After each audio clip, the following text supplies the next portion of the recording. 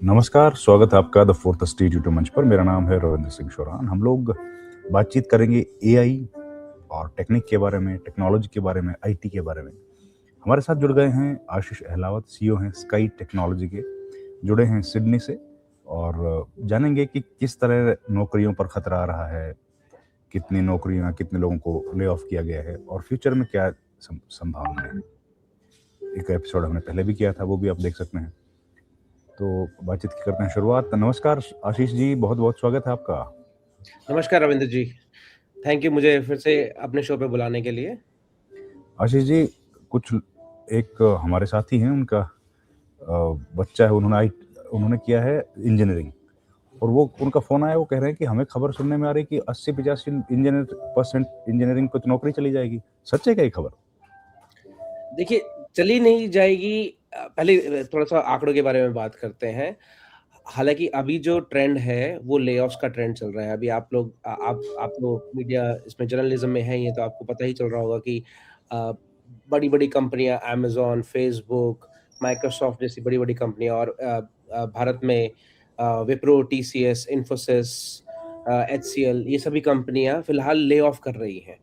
Lay off किस लिए कर रही हैं? क्योंकि इस वक़्त हर एक कंपनी एआई की तरफ देख रही है और वो एआई से अपने प्रोडक्शंस को, अपने ऑपरेशंस को ऑप्टिमाइज़ करने की कोशिश में है। तो मेरा मानना ये है कि ये सभी कंपनियाँ इस वक़्त गैम्बल कर रही हैं, एक मौका दे रही हैं एआई को। अब उस मौका देने के प्रोसेस के अंदर अब क्योंकि ये बड़ी-बड़ी कंपनियाँ हैं, इनकी अपनी-अपनी फाइनेंशियल रिपोर्ट्स हैं, इनकी इंटरनल ऑपरेशंस कॉस्टिंग वगैरह है। तो उन सब चीज़ों को मद्देनज़र रखते हुए फिलहाल थोड़ा-सा जॉब्स जो हैं, वो जॉब्स मार्केट वो स्लो हो गई है और ले-ऑफ्स का ट्रेंड चल रहा है। इसलिए कंपनीज़ जो हैं, वो लोगों को निकाल रही हैं नौकरियों से या फिर नई नौकरियाँ नहीं निकाल रही हैं, नई नौकरियाँ नहीं बना रही है।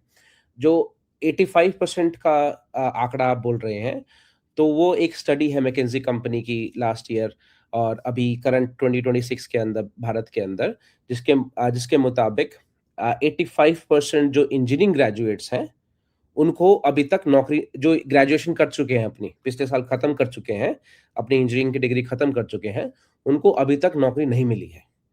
तो ये ज़रूर एक चिंता का विषय है कि इन सभी बच्चों का क्या होगा और जो इस वक़्त अभी नौ इंजीनियरिंग कर रहे हैं, जिनकी अभी डिग्री खत्म नहीं हुई है, उनके लिए क्या होगा? क्योंकि जो डिग्री खत्म कर चुके हैं, उनको ही नौकरी नहीं मिल रही है, तो जो लोग डिग्री कर रहे हैं अभी 1-2 साल अगले 2-3 सालों में डिग्रियाँ खत्म करेंगे अपनी, उनके साथ क्या होगा? तो ज़रूर ये एक चिंता का विषय है सभी के लिए। आपके जो मित्र हैं, आपके जो सहयोगी हैं, जो आपसे ये सवाल पूछ रहे हैं, वो बिल्कुल सही सवाल पूछ रहे हैं कि इनका क्या होगा अब आगे जाके? नहीं, लेकिन आशीष जी, लेकिन सवाल ये है कि अभी बड़ी-बड़ी कंपनियां, टीसीएस वगैरह, इन लोगों ने 40-40 हज़ार लोगों को नौकरी से निकाल दिया। अभी कुछ दिन पहले मेटा की खबर आई कि 10,000 लोगों को निकाल दिया।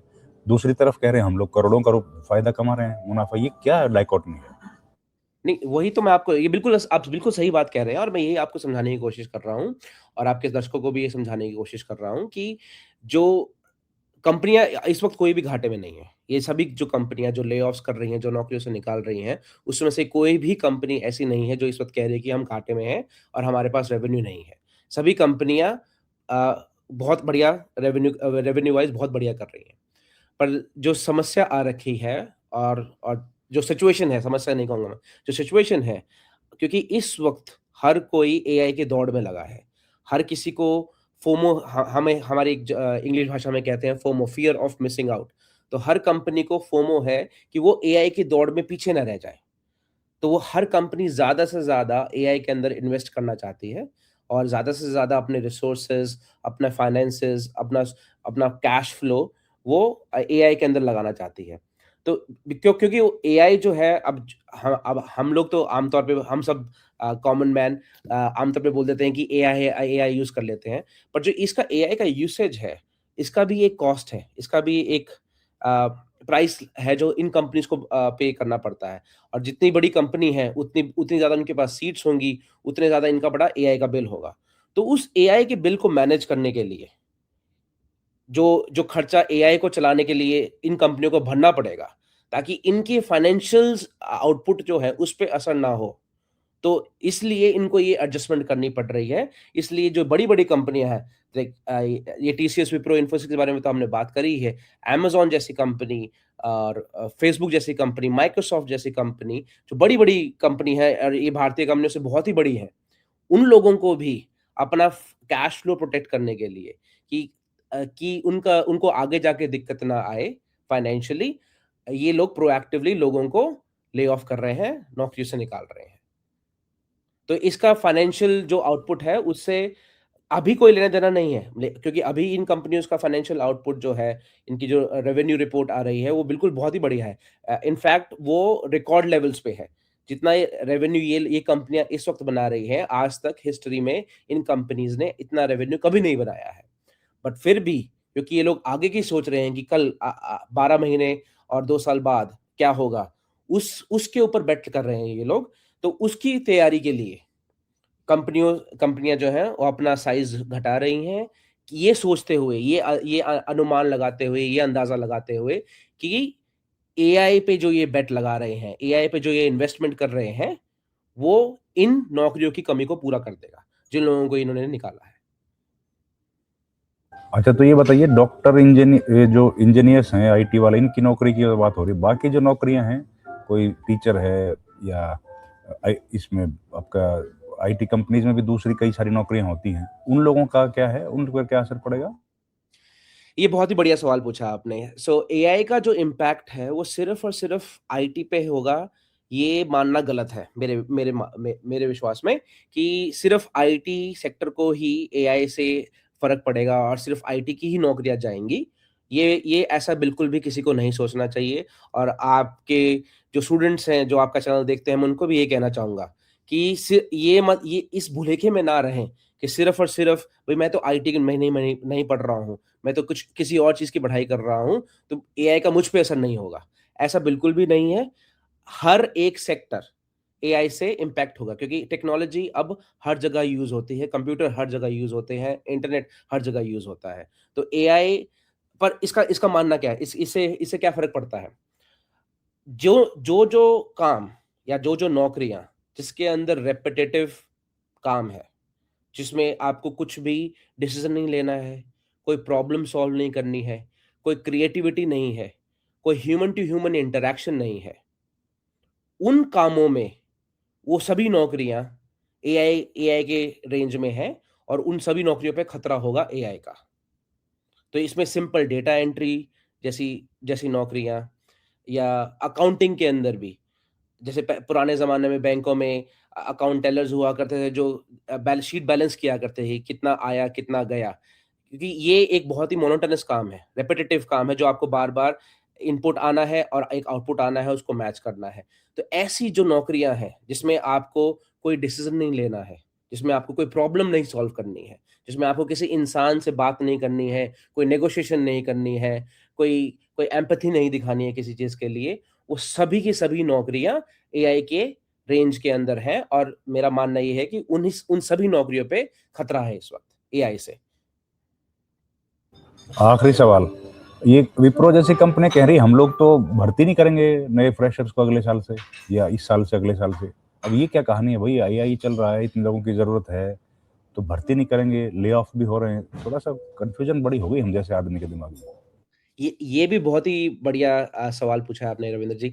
सो विप्रो जैसी कंपनियाँ, और सिर्फ़ विप्रो ही नहीं, और भी जितनी ये इंडियन कंपनीज़ हैं, जो सर्विस बेस्ड कंपनीज़ हैं, जो ज़्यादातर आईटी कंपनीज़ इंडिया के अंदर हैं, जैसे कि विप्रो, एचसीएल, टीसीएस, इन्फोसिस, ये सभी कंपनियाँ जो हैं, वो हैं सर्विस बेस्ड कंपनीज़, जो किसी और कंपनी के लिए उसका आईटी मैनेज करती हैं, या उसके लिए एप्लीकेशंस बनाती हैं, या डेवलपमेंट करती हैं।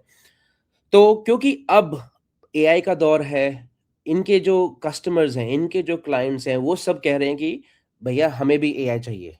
हमारी आईटी के अंदर भी एआई को लेके आइए, हमारी कंपनी में भी एआई इंट्रोड्यूस करिए। तो जब वो एआई इंट्रोड्यूस करेंगे, या वो करने के दौर में हैं, तो ऑब्वियस सी बात है कि जो एग्जिस्टिंग लोग उन्हीं प्रोजेक्ट्स पे काम कर रहे हैं, या उन क्लाइंट्स के लिए काम कर रहे हैं, उन लोगों की संख्या घट जाएगी। जैसे आपकी कंपनी को, जैसे सपोज़ कीजिए आपकी कंपनी को सहायता देने के लिए विप्रो ने आपको 10 लोग दे रखे हों। आपकी आईटी को मैनेज करने के लिए। अब आप कल को उनको कहेंगे कि मेरे को भी एआई इम्प्लीमेंट करवाना है अपनी कंपनी में, मेरे को भी अब आगे की तरफ देखना है।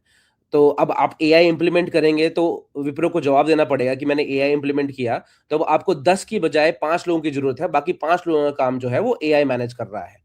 उनकी जो 5 लोगों की प्रोडक्टिविटी बढ़ा दी है। तो अब वो उन जो जो 5 लोग बच गए, उनका उनके साथ क्या होता है? कुछ लोगों को ले ऑफ कर दिया जाता है कि भैया हमारे हमारे पास आपके लिए काम ही नहीं है। अ, धन्यवाद आपकी सेवाओं के लिए, आप कहीं और नौकरी ढूँढिए। और कुछ लोगों को बेंच पे बिठा दिया जाता है। बेंच का मतलब होता है जो कंपनी की सैलरी पे हैं, कंपनी के एम्प्लॉयी हैं, पर उनके पास कोई काम नहीं है इस वक़्त, उनको कोई प्रोजेक्ट नहीं दिया गया है, उनको कोई क्लाइंट नहीं मिला है, तो वो बेंच पे बैठे होते हैं। तो क्योंकि अब हर एक क्लाइंट के प्रोजेक्ट से लोग घटेंगे, तो जो बेंच पे बैठे लोगों की संख्या है वो अपने आप बढ़ जाएगी। तो जब बेंच पे लोग बढ़ जाएँगे, तो मतलब इनके पास बहुत सारी सरप्लस लेबर हमेशा तैयार रहेगी, कि कल को नया काम आएगा या और काम आएगा, तो इनके पास हमेशा लोग तैयार बैठे हैं, एक्स्ट्रा लोग हैं इनके पास, जो जिनको वो उस काम में लगा सकते हैं। अब ऐसा होने के कारण सबसे पहला इम्पैक्ट किस पे आएगा? नई नौकरियों पे। क्योंकि जो नए स्टूडेंट्स ग्रेजुएट्स हैं, जो जो जो जब कोई काम बढ़ता है तो उनको लिया जाता है। अब क्योंकि बेंच पे पहले से ही इतने एम्प्लॉइज़ इन इन कंपनीज़ के पास हो जाएँगे, तो उनको नए एम्प्लॉइज़ हायर करने की ज़रूरत नहीं पड़ेगी। ये लोग पहले अपने बेंच से एम्प्लॉइज़ को हायर करेंगे। तो इसी कारण ये कंपनियाँ ऐसा अनुमान लगा रही हैं और ऐसी खबरें आ रही हैं इन सभी कंपनियों से कि अगले 12 महीने या 18 महीने या 2 साल तक नई नौकरियाँ नहीं खुलेंगी, क्योंकि इनके पास बेंच पे बहुत ज़्यादा लोग हो गए हैं। जी, बहुत धन्यवाद आशीष जी आपका, बहुत डिटेल में आपने बात बताई और हम लोग इस क्रम को जारी रखेंगे। आप हमारे साथ जुड़े, thank you very much sir. Thank you Ravindra ji, thank you अपने शो पे बुलाने के लिए।